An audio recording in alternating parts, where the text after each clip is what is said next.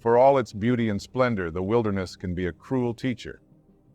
The Alaskan wilderness in winter is a merciless expanse, a frozen domain that scoffs at the naive and unprepared. Here, survival is not a given. It's a relentless battle against an environment that is both indifferent and lethal. The biting cold, with temperatures plunging far below freezing, can freeze the life out of anyone daring to underestimate its power. Please click the subscribe and like buttons. This is Outdoor Disasters.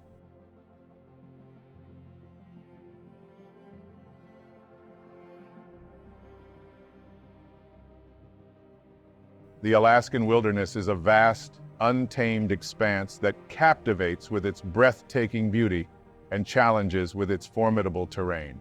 Spanning over 663,000 square miles or 1 million kilometers, this rugged wilderness encapsulates some of the most pristine and diverse landscapes on the planet. From towering mountain ranges and dense forests to icy tundras and pristine coastlines, Alaska's wilderness is a testament to the raw power and majesty of nature. The state's crown jewel, Denali, North America's highest peak, dominates the Alaska Range. Glaciers snake through the valleys, creating a mesmerizing mosaic of ice and rock. Wildlife thrives in this expansive habitat, from grizzly bears and moose to elusive wolves and bald eagles, showcasing the biodiversity that flourishes in this remote wilderness. Alaska's coastal areas are a convergence of worlds, where frigid waters meet towering cliffs and fjords. The untamed beauty extends to the Arctic, where the northern lights dance across the polar skies, painting a canvas of vibrant colors in the winter darkness. Despite its awe-inspiring scenery, the Alaskan wilderness is a place of extremes. Harsh winters bring bone-chilling temperatures, with some areas experiencing perpetual darkness for months. Yet, summers offer a stark contrast, as the sun never seems to set, blanketing the land in perpetual daylight. This drastic seasonal shift shapes the life cycles of flora and fauna, creating a delicate balance within the ecosystem. Alaska's wilderness beckons adventurers and nature enthusiasts, inviting them to explore its remote corners. Whether seeking solitude in the quietude of the backcountry or embarking on a daring expedition, the Alaskan wilderness promises an unforgettable journey.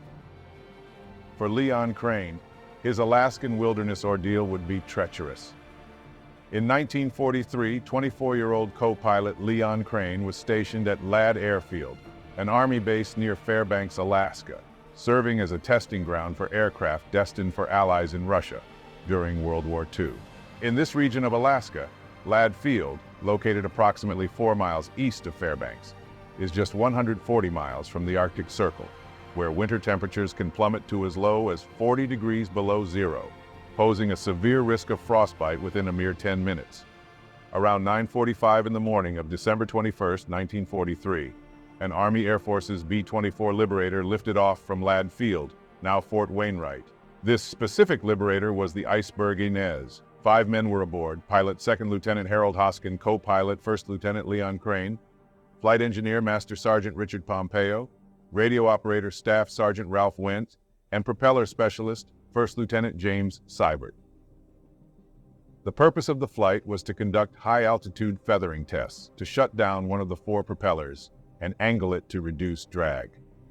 Crane finds himself confined within the cramped cockpit of a B-24 bomber soaring over a desolate expanse of Alaska during what was meant to be a routine test flight. Hoskin turned the Inez southeast. They were 40 miles or 65 kilometers out from Ladd.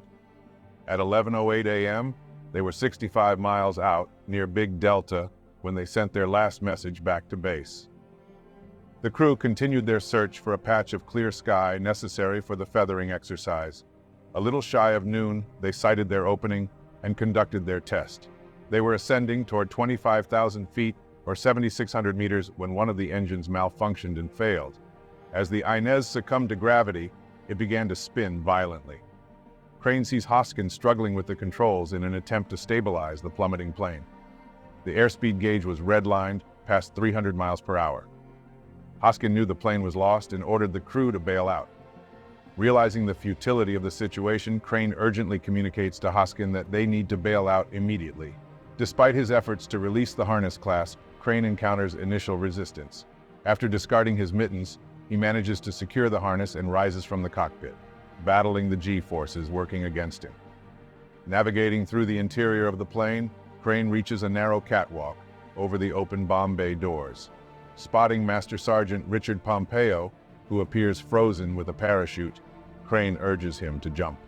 Without further discussion, Pompeo leaps through the gaping doors.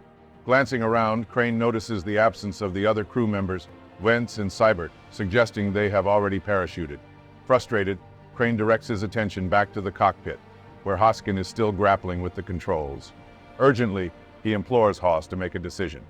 As Crane surveys the rapidly approaching snowy ground, the critical moment arrives.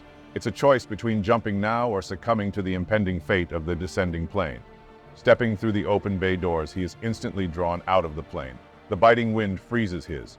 Pulling the ripcord, he abruptly transitions from a harrowing descent to a gradual drift downward, observing another parachute's white bloom behind a distant ridge.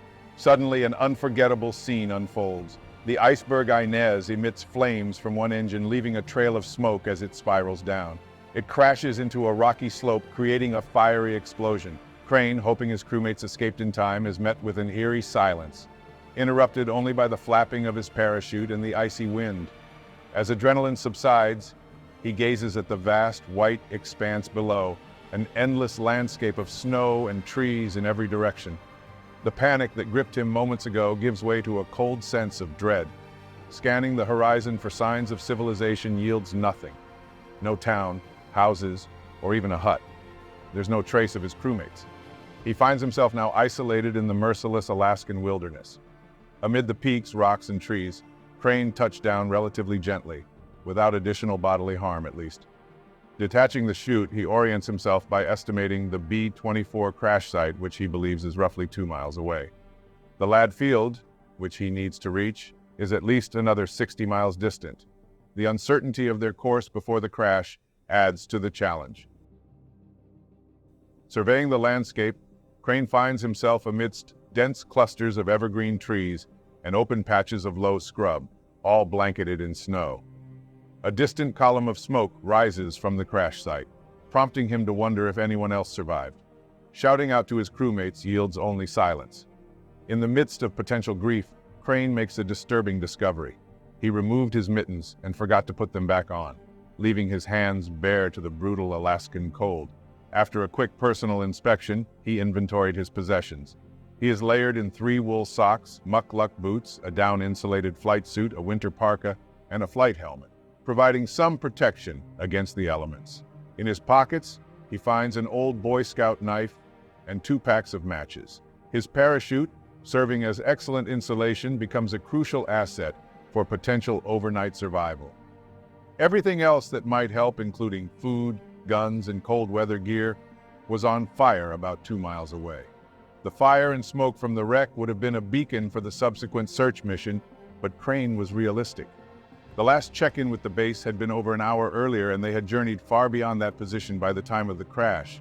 Neither he nor the Army knew where he was, so he built an SOS message from spruce branches before focusing on the immediate concern: his survival. An hour later, with the sun setting close to the Arctic Circle, Crane faces the imminent threat of freezing temperatures. Urgently needing a fire to survive the night, he strikes matches to ignite a pyramid of branches and pine needles. Fumbling in the cold, he loses several matches, leaving him frustrated. Desperation sets in as he wonders how to get the fire going. A realization strikes. He still has his father's letter in his pocket. In a survival mode shift, he sacrifices the letter, placing it under the driftwood pyramid and igniting it with the last match. The orange flame spreads to the pine needles, and after an agonizing wait, a campfire is born. Crane breathes a sigh of relief, warming his hands and gaining a fighting chance until rescue arrives. The lingering question remains, how long will that be? When he woke on December 22nd, 1943, he was unsurprisingly cold and hungry. Staying there felt like conceding to the circumstances, so he headed downstream. For most of the day, he trudged through an unrelenting succession of rocks, snow, and ice in sub-zero weather before finally discovering a small stretch of flat ground surrounded by trees. There, the river bubbled through the ice in little bits, and he crawled across the ice to drink his fill. His mouth soon frosted from the effort. For the next few days, this little campsite was his home. From the driftwood, branches, and meager possessions, he fashioned a series of weapons to kill the squirrels, a food source so close and so far away. Each time he missed, or the squirrels moved away. It's the afternoon of December 28th, and Crane has endured 7 days without food. His stomach contains only water he has sourced from the river. In his earlier attempts, he choked on a chunk of moss found under the snow. Now he faces starvation. Facing the grim reality that searches for missing planes are typically abandoned after 7 days, and with that period having elapsed since the crash, Crane understands that no rescue is imminent.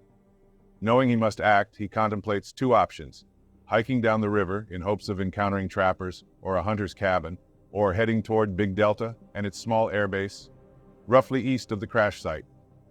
Aware that he can navigate using the sun during daylight hours, Crane weighs his odds and decides that at first light the next day, he will trek west towards Big Delta, aiming to reach it before starvation weakens him too much. It's a calculated decision, opting for the certainty of the airbase rather than relying on hope along the river. Crane believes this is his best chance for survival. On the 9th day, with the first light of dawn, he turned his back to the Charlie River and headed into the wilderness. It's December 29th, 1943, 8 days since the plane crash.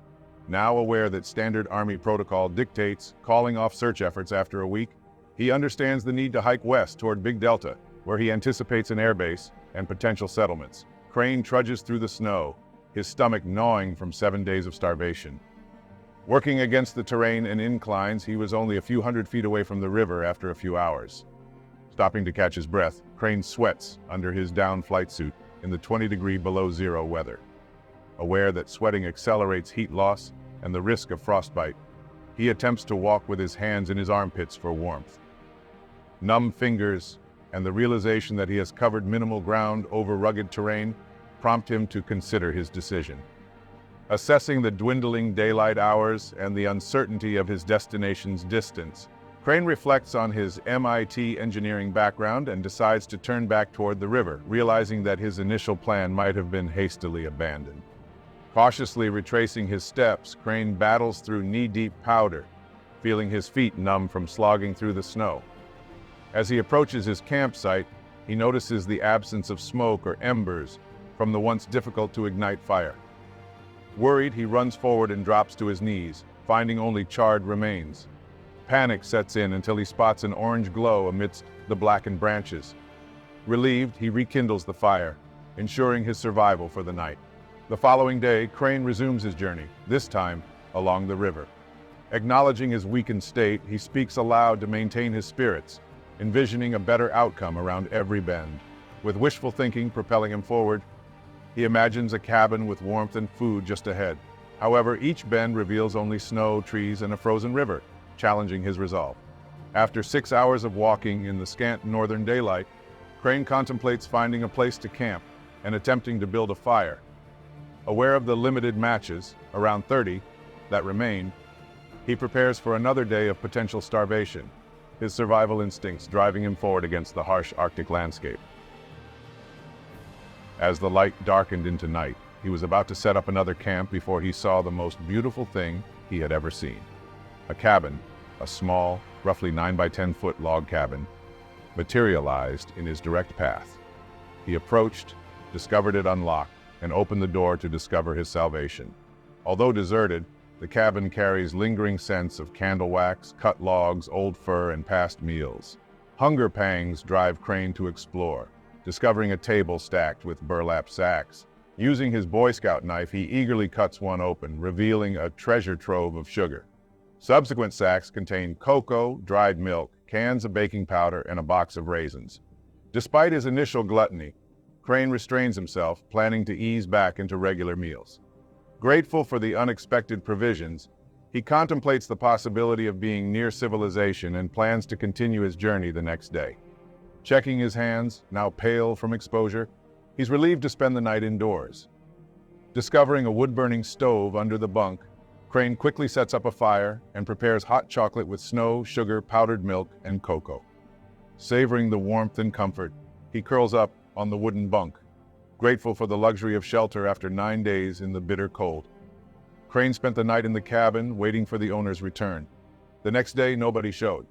He decides to resume his walk down the river, energized by the previous night's reprieve from the elements. Well-fed and warmed by a fire in the stove, set out for a road to town or some sign of the trapper or hunter who supplied the cabin. Crane didn't know it, but he was more than 100 miles from the nearest settlement. After a day's fruitless search for help, he decided to turn around and retrace his steps back to the cabin. Barely making it back to the cabin after an exhaustive night of backtracking, Crane, on the brink of collapse, musters just enough energy to start a fire before collapsing on the bunk for an extended rest. During his initial visit, Crane had hastily examined the cabin, fueled by the eagerness to resume his quest for civilization. Now, realizing an extended stay might be necessary, he meticulously searches every corner. Leon pulls back a canvas tarp, unveiling 2 substantial wooden crates inside the canvas tent adjacent to the cabin. Unsure of the date, but knowing he must secure more sustenance, Crane fervently investigates the tent. Armed with a hammer, he pries open the first crate, revealing a treasure trove. Sacks of rice, flour, beef jerky, dried beans, a bounty capable of sustaining him for months. The second crate holds additional treasures: a wool blanket, bearskin overalls, long underwear, snowshoes, candles, flints for making fires, a .22 caliber rifle with ammunition, dried eggs, powdered soup mix, and at the bottom, a crucial find: moose hide mittens to protect his frostbitten hands. While taking stock, Crane notices stenciled markings on the crates. He reads, "Phil, Woodchopper, Alaska." Phil, the likely owner of the cabin, puzzles Crane with the term Woodchopper, Alaska. Setting aside the mystery, Crane decides to express gratitude to Phil if they ever meet, and begins transporting his newfound treasures to the cabin and prepares a satisfying meal. Pancakes and rice mixed with dried soup for flavor. Despite its simplicity, Crane considers it the best he's ever tasted. Observing a plump white bird in the distance, Crane, now proficient with the rifle, takes aim and successfully shoots it down. Over the 2 weeks since returning to the cabin, he's honed his marksmanship and learned to skin his kills quickly before freezing in the cold. As he reflects on his accomplishments, recovering his health, learning to field dress birds, and healing his hands, Crane realizes how far he's come in a short time. Stumbling upon a map on the back of a fallen calendar, he discovers Woodchopper is a town near the Yukon River, validating his decision to follow the river downstream. Although comfortable in the cabin, Crane acknowledges the necessity of eventually returning to Ladfield and reuniting with his family. Each day of rest and recovery strengthens him, increasing his chances of survival. With newfound knowledge and better preparation, Crane anticipates venturing out again, determined that this time the wilderness will not overcome him. For the next 6 weeks, the cabin was Crane's. With only 4 hours of daylight daily, Crane mostly slept and waited, listening for the sound of an aircraft, maybe the bark of a dog team. For the next few weeks, he recovered in the cabin, slowly regaining his strength and treating the cracked skin on his hands. He was secure, protected from the elements, and with enough supplies to last a little longer, though not through the end of the thaw. On January 22nd, 1944, 2 days into his journey from the cabin to find Woodchopper, Crane faces severe weather conditions. Despite temperatures plummeting to at least 40 degrees below zero, Crane, better equipped this time, pushes forward with a makeshift backpack filled with provisions, a .22 caliber rifle, matches, and improved fire-building skills. In harsh conditions, he stumbles upon another cabin but finds it collapsed, offering no shelter or food. Forced to confront dwindling supplies, Crane reluctantly decides to turn back. Despite facing hardships, he reflects on the food-filled cabin and his improved survival skills. Back in the cabin, Crane contemplates his next move. Desiring more supplies for a downstream journey, he decides to build a sled using boards, rope, and an old wash basin. With his engineering degree, he managed to create a functional sled, securing it with a rope harness. Now, with a plan to leave the cabin, he resolves not to turn back. On February 10th, awakened by the sound of breaking ice, Crane realizes he may have delayed too long. Warmer weather causes the river ice to break apart, threatening his sled's effectiveness. Determined, he decides to pack the sled the next day and head downriver toward Woodchopper, hoping to reach civilization with the supplies he has gathered. 2 days into his journey, Crane finds the sled more cumbersome than anticipated. While the wooden runners maintain a straight path, they sink into the snow, causing frequent stops to clear accumulating snow. He calculates a slow pace of around 1 mile per hour. The once solid ice now poses risks, forcing him to watch for thin patches and hidden weak spots beneath deep snow. Despite rising temperatures, the bitter wind seeps through gaps in his clothing, slowing his progress. Though challenging, Crane remains focused on moving forward. With ample supplies and hunting ammo, he sees this as his best opportunity to escape the desolate wilderness. In a moment of peril, he steps into a snowdrift, feeling the ice crack and water seep through. Swift action with a pickaxe prevents a frozen foot, but Crane acknowledges the severity of the risk. He proceeds cautiously, aware that any misstep into the freezing river water could be fatal. Facing the brutal Alaskan winds, Leon Crane strains against the relentless force, dragging his 120-pound sled along the frozen river. His legs ache, the harness digs into his shoulders, and the frigid air sears his lungs. The memory of his boot breaking through the ice haunts him, intensifying his fear of making the same mistake. Despite the challenging conditions, his makeshift sled constantly jams in the deep snow and drifts, impeding his progress. Determined to survive, Crane presses forward, focusing on the sled containing vital supplies. On February 16th, marking 57 days since the crash, a louder cracking sound reverberates. Suddenly, the ice collapses beneath him, plunging him into the icy water. Just as panic sets in, he halts, chest deep in the river, held in place by his harness. Turning around, he sees that the sled, lodged in a snowbank, prevented a deeper fall. Despite his earlier curses, the sled he resented has become an unexpected lifeline, saving him, at least for now. Now, facing the icy water, Crane must act swiftly to secure his survival. Crane presses his mittened hands into the icy surface, attempting to pull himself out of the freezing river. The wet and slippery ice proves challenging to grip, causing him to slide backward. Desperation sets in as he clings to the rope connecting him to the sled. With uncertain strength, he pulls himself up, hearing the ominous creaking of the ice under his weight and feeling the sled working itself loose. With a final surge of effort, he manages to hoist himself onto the ice, narrowly escaping the freezing water. Yet the danger persists as he realizes he has a limited window before hypothermia takes hold. Shivering uncontrollably, still harnessed to the sled, he scrambles to unjam it and drags it toward the rocky shore.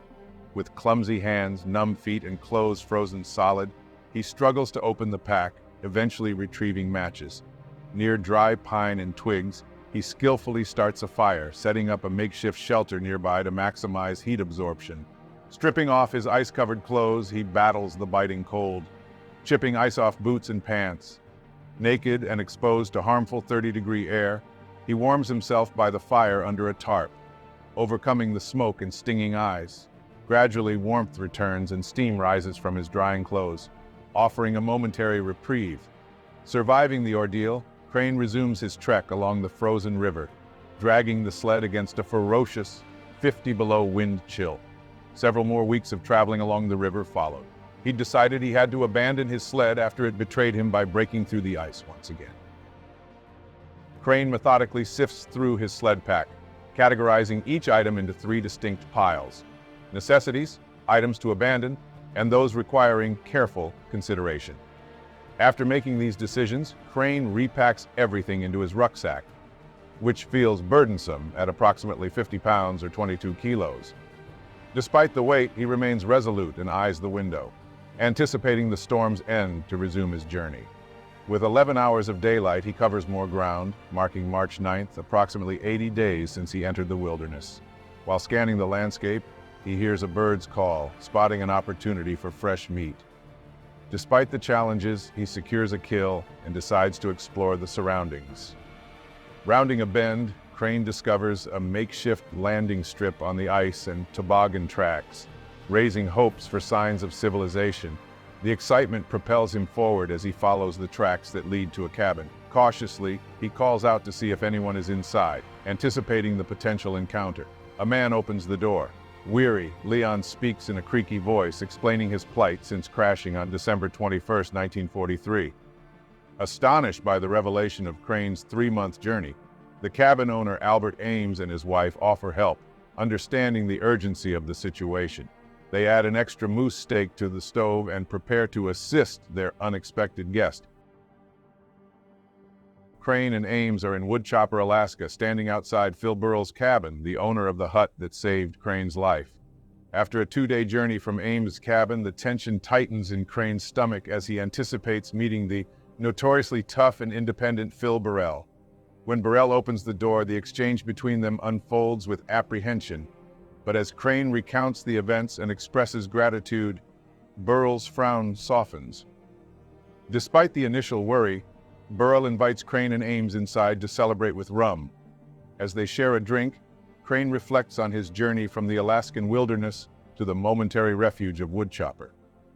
A few days later, on March 14th, 84 days after leaving, he arrived at Ladd Airfield, signaling the conclusion of his extraordinary journey. Met by many of his fellow soldiers, desperate to get a glimpse and embrace the man who they all believed was dead. The first thing he wants to do is call his parents and let them know he's okay. Mrs. Crane bursts into tears and laughter at the sound of her son's voice. Despite numerous investigations, military officials never conclusively determined why Leon Crane's plane, the Iceberg Inez, crashed. Various factors were considered, one possibility being the excessive testing instruments aboard, potentially overloading its electrical systems and causing a failure just before the crash. Additional complications, such as an engine failure and the plane's tight corkscrew motion during testing, might have led to the stalling of other engines. Ultimately, the pilot's attempts to stabilize the aircraft could have subjected it to severe mechanical stress, resulting in parts near the tail shearing off. Leon Crane emerged as the sole survivor among the Iceberg Inez crew. In 2006 and 2007, a military forensics team analyzed DNA from the crash site, revealing that Harold Hoskin, Ralph Wentz, and James Siebert perished with the plane. Richard Pompeo's remains remain undiscovered. Remarkably, Leon Crane suffered minimal health damage during his 3-month wilderness ordeal, just some frostbite and shoulder scrapes from the sled harness. After a brief leave to visit his parents, he returned to Ladd Airfield, resuming his role as a test pilot. Crane continued flying until he retired from the Army in July 1945. Post-military service, he married Wilma, a nurse he met at Ladd, and pursued a career building houses and working as an aeronautical engineer at a Boeing division near Philadelphia. Leon Crane passed away in March 2002. Crane rarely discussed his wilderness ordeal when questioned. He downplayed his experience, emphasizing that others faced more significant challenges, such as prisoners of war and Holocaust survivors. With a shrug, he would humbly say, "What have I done compared to them? All I did was walk." In this unforgiving realm, survival demands respect for its inherent dangers. To underestimate the Alaskan wilderness in winter is to battle a cold, heartless adversary that shows no mercy to those who ignore its warnings. It's not merely a journey. It's a confrontation with nature at its harshest, where the consequences of complacency can be swift and unrelenting. Snow-laden landscapes conceal treacherous pitfalls, where every step is a gamble with unseen crevices and unstable surfaces. The once thick ice, now unpredictable, hides beneath a thin veil of snow, waiting to betray the unsuspecting traveler. Beneath that icy cover, unforgiving rivers and lakes, their depths concealed, lie in wait to claim those who dare to test their frozen resolve. Winds howl through the barren wilderness like vengeful spirits, stripping away warmth with an insatiable hunger. Blizzards whip through the air, reducing visibility to near zero and turning the landscape into an icy maze, disorienting and disheartening even the most seasoned explorers. Surviving in the Alaska wilderness during winter can be extremely challenging. Shelter is your first priority in extreme cold. Look for natural shelters, such as caves, rock overhangs, or fallen trees. If necessary, build a shelter using available materials like branches, snow, and leaves. Insulate the shelter as much as possible to retain body heat. Fire provides warmth, light, and a means to cook food and purify water. Collect dry tinder, kindling, and fuel wood. If you have matches or a lighter, use them. Otherwise, utilize primitive methods like a fire plow, fire drill, or magnifying glass. Make yourself visible to rescuers by creating signals such as smoke from your fire, reflective materials, an SOS sign, or brightly colored clothing. Even in cold weather, staying hydrated is crucial. Melt snow for drinking water, but purify it first by boiling or using purification tablets if possible. Avoid eating snow directly, as it can lower your body temperature. Avoid unnecessary movement to conserve energy. Rigorous activity can lead to sweating, which can accelerate heat loss. Bundle up in layers of clothing to maintain body heat. While food is important for energy, it's less critical than shelter, warmth, and hydration in the short term. Look for edible plants, berries, and nuts if available.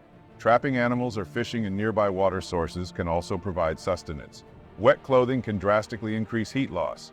Change into dry clothes if possible, and avoid getting wet whenever possible. If your clothes get wet, wring them out as much as possible and hang them near the fire to dry. Maintaining a positive attitude can greatly impact your ability to survive. Focus on small victories and stay hopeful for rescue. Mental resilience is as important as warmth and hydration. Important information so you can make it through an outdoor disaster.